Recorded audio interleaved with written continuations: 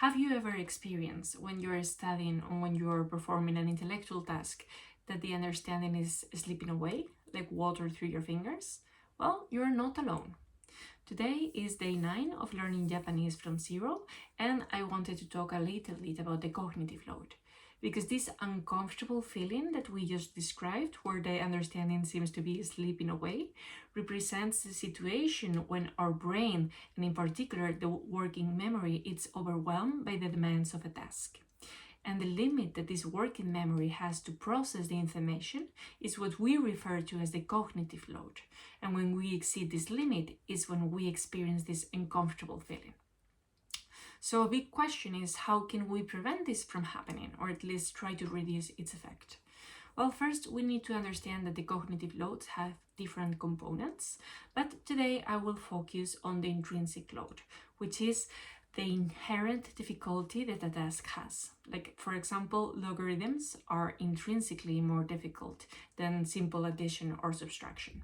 There are tasks that are simply more complex and demand more energy, or they have a higher cognitive load than the others. So the higher the intrinsic difficulty, the easier it will be for our brain to reach that feeling of saturation or just being overwhelmed. And when it comes to Japanese, it's a language that has a relatively high cognitive load. So especially in the beginning, it's very easy to feel overwhelmed. So what we need to do, and what I've been trying to do during my learning lessons, is to break down into smaller chunks or group of information that makes sense to us and build them gradually over time. Like today I came across the word vegetarian, and it completely overwhelmed me. For starters, it was written in katakana, which is the only written system that I have not practiced yet. So all the different components of the word were completely new to me. And here is when I hit a wall. And knowing what the cognitive load is, I didn't try to force myself to memorize it immediately, because I know this is not how learning works.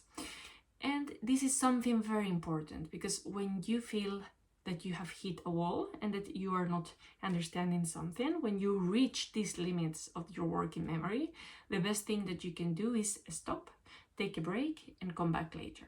But when you come back and try again, you need to do it with a different strategy. And this time, try to break down the task into smaller components that your brain can process without getting overwhelmed.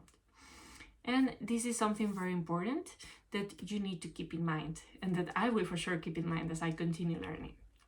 And since this is a very important and broad topic, tomorrow I will try to provide some additional real-life examples of what I'm doing to try to decrease the intrinsic cognitive load that your learning Japanese has.